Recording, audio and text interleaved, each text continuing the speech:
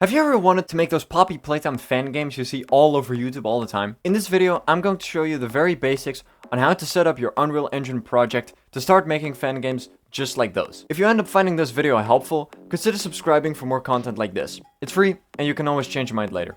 Enjoy the video. Step 1. Get an idea. Before we install anything, it's important to know what you want to make. If you don't have anything in mind on what you want to make, it's going to be very hard to know where to even start. It's possible, but I recommend you think of an idea first before you start working. I also recommend starting with something simple instead of immediately wanting to create massive fan games. Getting into Unreal Engine and, learning all this stuff, it takes time, and starting with something simple can definitely help you get into the engine a lot faster. Step 2. Install the Epic Games Launcher. If you play Fortnite on PC, you will already have the Epic Games Launcher installed. But for the ones who don't, go to the first link in the description and download the Epic Games Launcher from there. Run through the installation procedure, and once that's done, we can move on to step 3. Installing Unreal Engine 5. Once you have the Epic Games Launcher installed, on the left side of your screen, you will have the store, library, Unreal Engine, and Fab. Go to the Unreal Engine tab and you will be greeted with this screen. Now, I want you to go to this top row and click on Library. I already have my engines installed, but for you, you will most likely be looking at a Unreal Engine 5.8.0 installer. I do not recommend you download this for these Poppy Playtime projects because Grappack project is actually running on Unreal Engine 5.7. What I want you to do is click on this plus icon, and I won't be able to select it, but you will be able to select Unreal Engine 5.7.4 that I have right here. Once you've selected that, click on the install button and the engine will start installing. Now, if we click on options, we can see exactly what we need and what we don't need. First, if any of these target platforms are included by default for your installation, uncheck all of them. They are unnecessary for what you're trying to do and they take up unnecessary space. Editor symbols for debugging and metahuman core data is also not required. Then engine source, templates and feature packs and the core components required. These 3 I do recommend you install, which will end up costing you around 28 gigabytes. Then press install and wait for the engine to install. Once Unreal Engine 5.7 is installed, we can move on to step 4. Once Unreal Engine is done installing, simply press the launch button on Unreal Engine 5.7. The launcher will correctly close and this little pop-up window will appear on your screen. Once it's done, you will be greeted by this screen. Now, what you want to do next is click on My Project. For you, this will be empty. I'm going to leave a link in the description down below to the Discord server of the creator of the Grappack project. So join that Discord server. Once you're in there, go to download project and use either of these links to download the Grappack project. Once it's done downloading, you will have this Grappack project zip file. Right click, extract all. Once it's extracted, you will have this folder. Open it and you will have this Grappack project folder inside. Then we're going to go to our Unreal Projects folder located in Documents, Unreal Projects. If you don't have this folder, create one. Then we're going to go back to the Downloads Grappack project. Inside this folder, you're going to grab this folder and then drag and drop it into your Unreal projects. Once you've done that, it will appear here. As we can see, it's right there. And if it doesn't show up, maybe restart the engine or just close and reopen this window. Then double click on it and it will load into the project. Now once it closes, it will open the Epic Games Launcher. Just close it. You will see that behind it, Patrick has appeared. And there we go. Once we are in engine, I recommend you let this load a bit. It is going to prepare all the textures, all the sounds, shaders, basically all the visual things and behind the scenes. So I recommend you wait with moving around anything or just interacting with anything as long as this is loading. Alright, so it's done loading and now we can safely move around the project. However, it's pretty dark, and if you want to see more what's going on, I want you to hold control, press L, which brings up this little thing. Then you can move with your mouse and you can see that we are now controlling the sun. We are God. So now you can just orient the sun in any way you want or just move it exactly up. I'm just gonna put it right there. So now we can nicely see what's going on here. Then everything you might be seeing over here might be pretty intimidating. It is actually a lot more simple than it might seem. So over here we have the outliner. This is basically just a list of everything that is currently in this level. So you will see that once I select this pole, for example, it will select this cylinder 10 in the outliner. You can also select things in the outliner. If you can't find what you just clicked on, just double click on it and it will zoom in on the selected object. Then when you press Control Space, it will bring up this content drawer. When you press it again, it will disappear.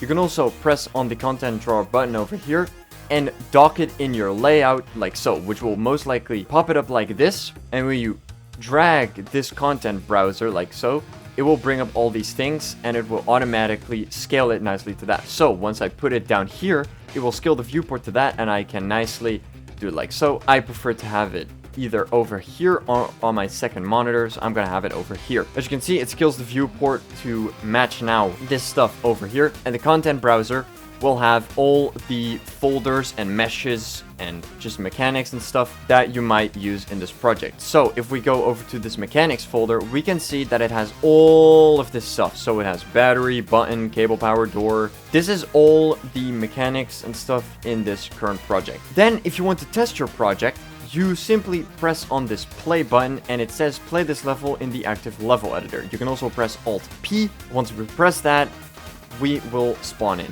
As we can see, we can now nicely move around in the grab pack project. It will probably feel basically the exact same as just Poppy Playtime Chapter 4, because this project contains basically everything up until Poppy Playtime Chapter 4. So as we can see, we have the Omni hand. We can swap by using our scroll wheel, basically all the controls that we have in the actual game. So with the Omni hand, we can scan our hands like so.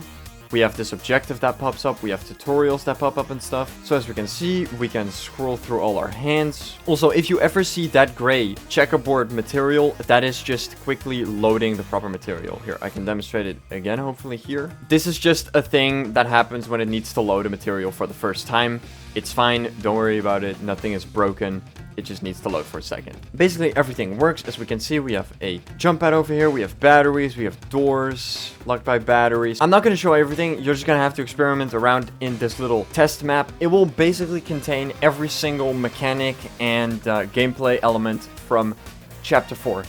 Now, a thing that I do recommend, and something that you might have noticed, is the FOV is very high currently. So, we're going to do something that might be a little spooky, but we're going to actually mess around with the blueprint of this player character a tiny bit. Also, every time you stop playing, this message log with a bunch of errors will show up. Don't worry about it, you didn't do anything wrong, it just pops up every time by default. I recommend you put it down here and then close it so it doesn't appear every time on your screen. Then make sure if you make any changes, press Ctrl S, and then we're going to open the content browser. We're going to go to player, double click on BP_player. Then if you zoom out, we see a bunch of this stuff. Don't worry about it. Okay, it's very intimidating. What I want you to do is go to this, which says viewport, the one all the way to the left. Then there's this very tiny thing. I want you to just right click and then you're going to be able to move towards it. And this is our player. Now, to change the FOV, we're going to click on the camera. As you can see, it says player camera.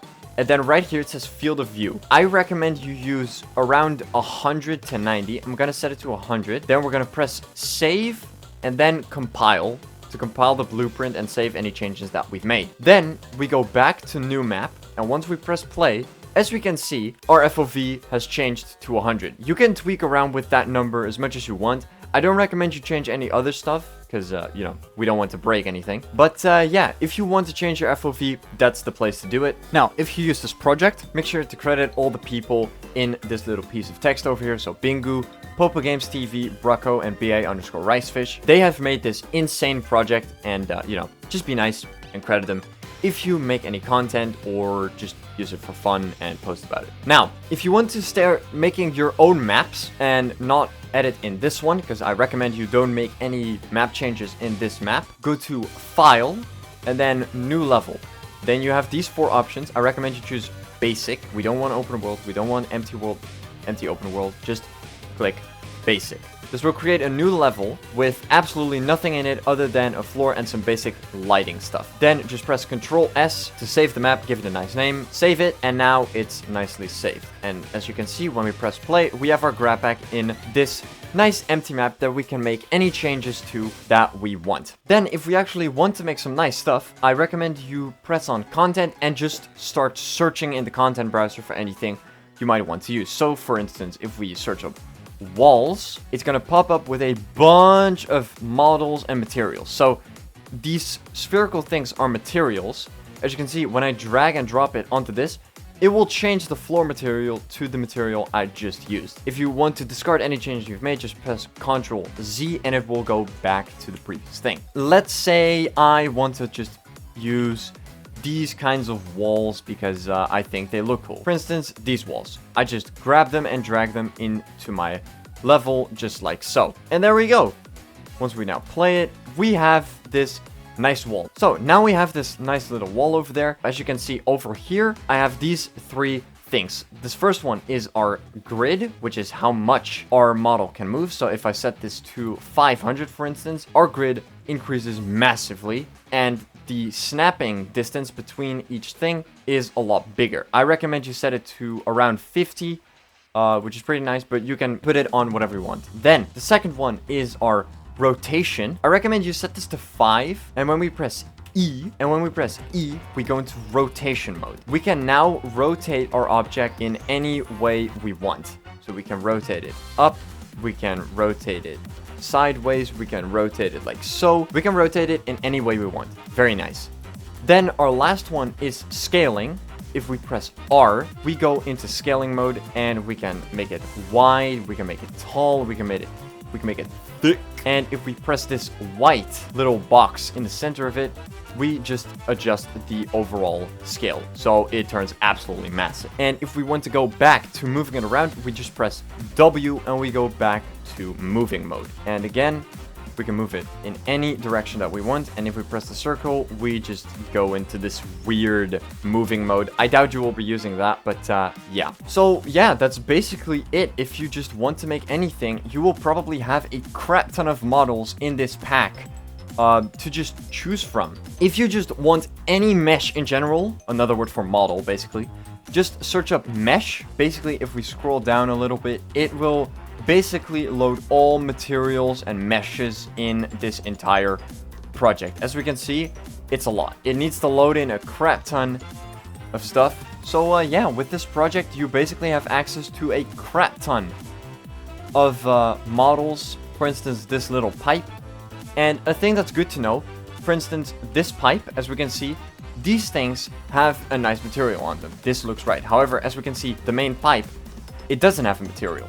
So how do we change it? If we look in the details over here, we can see if we scroll down this little material section, element 0 and element 1. As we can see, element 1 is MI pipe generator thing, whatever. That's for these things. However, as we can see, this MI coded material, whatever it's called, that's for the pipe. So if we want to change that, we look up metal, and if we scroll up, we get all of these materials. I think that this is what it was originally supposed to be. So we're just gonna drag and drop it on top of our material. And there we go. Now it's nice and yellow. And we can change it to anything we like. It might look better or worse. For instance, on this one, this was not meant to go on this material, which is the reason that it looks kind of weird. Just to mess around with it. If it looks good, you can do basically whatever you want. I'm gonna keep it nice and yellow, save it, and there we go. Now we have this nice yellow pipe. One final thing that I wanted to show before ending this video is Unreal Engine. It's a pretty intensive program to run. It has pretty high graphics, right? Like ray tracing, lumen, all that kind of stuff. So if you are on a lower end system or you just have a hard time running the engine in general, if you go up here, if you click this little button over here, you can go to the viewport scalability and you can here basically just simply change the graphics settings individually or just change a preset. So if I select low, you know, my game looks a lot more terrible, but my FPS might go up. So if I press Ctrl-Shift-H, I can monitor my frame rate right here. It's currently locked to 60. However, if I press right here in this console, T.max FPS, and then say 180, because that's the refresh rate of my monitor, as we can see now, my FPS is now locked to 180. Obviously, on video, it won't make any difference, but for me, this is a lot smoother. For me, it doesn't make that much of a difference. There's also not a lot going on in this level. But, you know, if you are on a lower-end system, this setting will probably make a pretty big difference for now, because right now on cinematic we're running ray tracing, lumen, global illumination, all that kind of stuff. Maybe on low or minimum or high, you just need to find a good middle ground. You can of course change all these things individually. So if you have a lower end system, just mess around with these settings a little bit until you find something that, you know, is pretty usable in the editor. Anyway, I think that that's about it. So if you enjoyed this little tutorial, make sure to leave a like and subscribe for more content like this. And then I will see you in the next video. Thanks for watching.